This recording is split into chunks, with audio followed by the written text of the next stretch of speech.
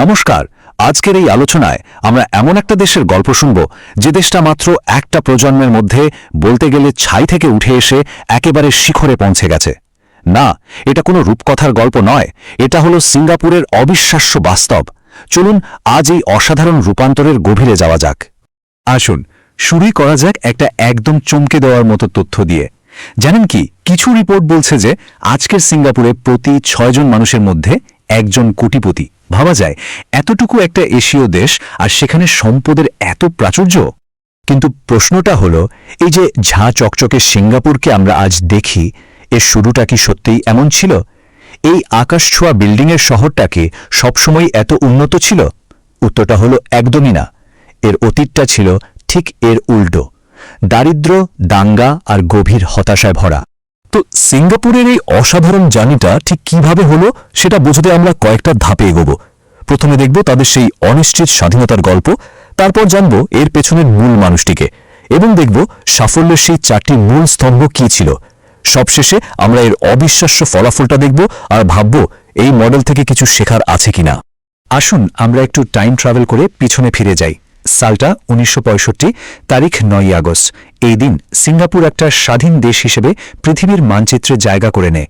কিন্তু শুনলে অবাক হবেন, সেদিন কোনো উৎসব হয়নি, কারণ এটা কোনো আনন্দের স্বাধীনতা ছিল না, বরং ছিল একরকম, বলা যেতে পারে এক প্রকার নির্বাসন। মালয়েশিয়া ফেডারেশন থেকে সিঙ্গাপুরকে একরকম জোর করেই বের করে দেওয়া হয়েছিল, কারণ ওকে একটা বোঝা হিসেবে দেখা হচ্ছিল। একবার ভাবুন তো তখনকার পরিস্থিতিটা। 1965 সালে সিঙ্গাপুরের মাথাপিছু আয় ছিল মাত্র $516। বেকারত্বের হার 14%-এরও বেশি। পানীয় জলের মতো একটা সাধারণ জিনিসের জন্য ওদের মালয়েশিয়ার উপর নির্ভর করতে হতো।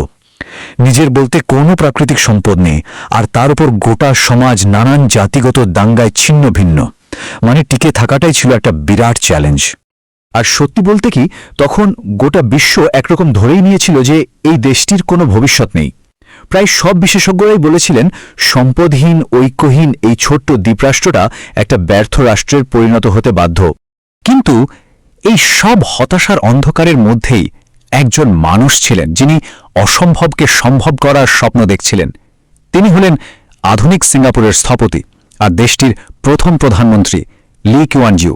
তিনি কিন্তু কান্নাকাটি বা অভিযোগের রাস্তায় হাঁটেননি, বরং কঠোর পরিশ্রম আর নিখুঁত পরিকল্পনা দিয়ে একটা নতুন জাতি গড়ার সিদ্ধান্ত নিয়েছিলেন।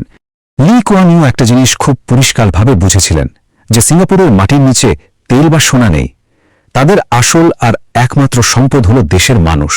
তিনি বিশ্বাস করতেন এই মানুষগুলোকে যদি ঠিকঠাকভাবে তৈরি করা যায়, তাহলে সেটাই যে কোনো প্রাকৃতিক সম্পদের চেয়ে অনেক বেশি মূল্যবান হয়ে উঠবে।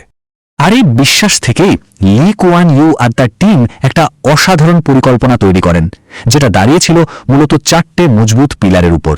এই 4টে স্তম্ভই কিন্তু সিঙ্গাপুরের আজকের এই অবিশ্বাস্য সাফল্যের ভিত তৈরি করে দিয়েছিল। এই স্ট্র্যাটেজিটা ছিল খুব সহজ কিন্তু খুবই কার্যকরী। 1, দুর্নীতিকে একেবারে শেষ করে দেওয়া। 2, প্রত্যেক নাগরিকের জন্য থাকার ব্যবস্থা করা।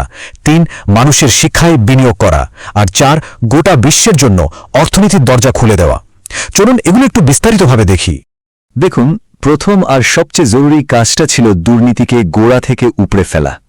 এর জন্য কারাপ্ট প্র্যাকটিসেস ইনভেস্টিগেশন ব্যুরো বা সিপিআইবিকে অসংখ্য ক্ষমতা দেওয়া হয়েছিল। আইন এতটাই কড়া ছিল যে কোনো সরকারি অফিসার তো দূরের কথা, কোনো মন্ত্রীও এর ঊর্ধ্বে ছিলেন না। এই যে স্বচ্ছতা, এটাই কিন্তু বিদেশি বিনিয়োগকারীদের মনে ভরসা জুগিয়েছিল। এরপর দ্বিতীয় যে অসাধারণ কাজটা করা হয়, সেটা হলো দেশের প্রত্যেকটা মানুষের মাথার উপর একটা ছাদের ব্যবস্থা করা।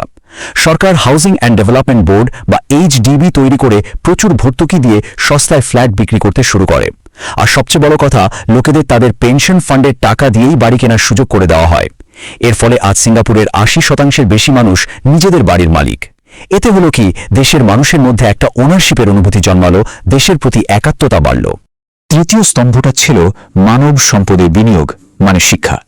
লি কুয়ান ইউ জানতেন একটা দেশের আসল শক্তি হলো তার দক্ষ নাগরিকরা। তাই দেশের বাজেটের প্রায় 20% খরচ করা হতো শিক্ষার পেছনে। শুধু তাই নয়, ইংরেজিকে বিজনেসের ভাষা হিসেবে বাধ্যতামূলক করা হলো, যাতে সিঙ্গাপুরের ছেলেমেয়েরা গোটা বিশ্বের সঙ্গে সহজে যোগাযোগ করতে পারে।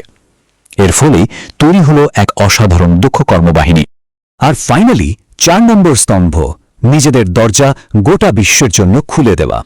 বিদেশি কোম্পানিগুলোকে ডেকে এনে কর ছাড় দেওয়া হলো, নানা রকম সুবিধা দেওয়া হলো, তৈরি করা হলো বিশ্বমানের বন্দর, এয়ারপোর্ট আর ইনফ্রাস্ট্রাকচার। সোজা কথায় সিঙ্গাপুর নিজেকে গোটা বিশ্বের কাছে অপরিহার্য করে তুলেছিল। তো এই যে চারটে শক্তিশালী পিলার, এর ফল কি হলো? এক কথায় অবিশ্বাস্য। যে দেশটাকে সবাই একটা ব্যর্থ রাষ্ট্র বলে ধরে নিয়েছিল, সেই দেশটা মাত্র কয়েক দশকের মধ্যে একটা ইকোনমিক মিরাকল বা অর্থনৈতিক অলৌকিকতার জন্ম দিল। ফলাফলটা একবার চোখের সামনে ভাবুন। 1965-তে যেখানে মাথাপিছু আয় ছিল মাত্র $516, আজ সেটা বেড়ে $1,00,000-এরও বেশি। বেকারত্ব 14% থেকে কমে এসে দাঁড়িয়েছে প্রায় 2%, আর মানুষের গড় আয়ু 65 বছর থেকে বেড়ে হয়েছে 84 বছর। একেই তো বলে আসল ট্রান্সফরমেশন, তাই না? এখানে একটা ইন্টারেস্টিং ব্যাপার দেখুন। পারচেজিং পাওয়ার প্যারিটি বা সহজ কথায় জীবনযাত্রার খরচের সঙ্গে তুলনা করলে সিঙ্গাপুরের মাথাপিছু আয় কিন্তু এখন আমেরিকা বা ব্রিটেনের থেকেও বেশি। একটা এত ছোট দ্বীপের জন্য এটা যে কি বিশাল একটা অ্যাচিভমেন্ট তা ভাবা যায় না। এবার চলুন আমরা একদম শুরুতে যে প্রশ্নটা করেছিলাম সেখানে ফিরে যাই, যে প্রতি 6 জনে একজন কোটিপতি হলো কিভাবে?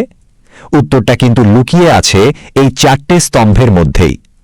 সরকারি বাড়ি পাওয়ার ফলে সময়ের সাথে সাথে সেই বাড়ির দাম বেড়েছে বহুগুণ, ভালো শিক্ষার জন্য মানুষ ভালো বেতনের চাকরি পেয়েছে, আর বাধ্যতামূলক পেনশন ফান্ডের কারণে তাদের মধ্যে সঞ্চয়ের অভ্যাস তৈরি হয়েছে। এই সব কিছু মিলিয়েই কিন্তু সাধারণ পরিবারগুলো ধীরে ধীরে ধনী হয়ে উঠেছে।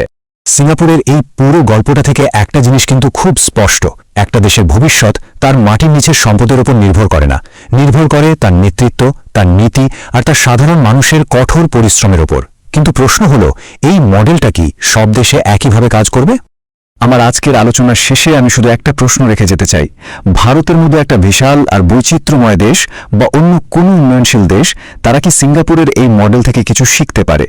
সিঙ্গাপুরের ওই কঠোর শৃঙ্খলা, দুর্নীতিমুক্ত শাসন আর দীর্ঘমেয়াদী পরিকল্পনা কি অন্য কোথাও নকল করা সম্ভব? এই উত্তরটা হয়তো এত সহজ নয়, কিন্তু প্রশ্নটা আমাদের সবার ভাবা উচিত। ধন্যবাদ।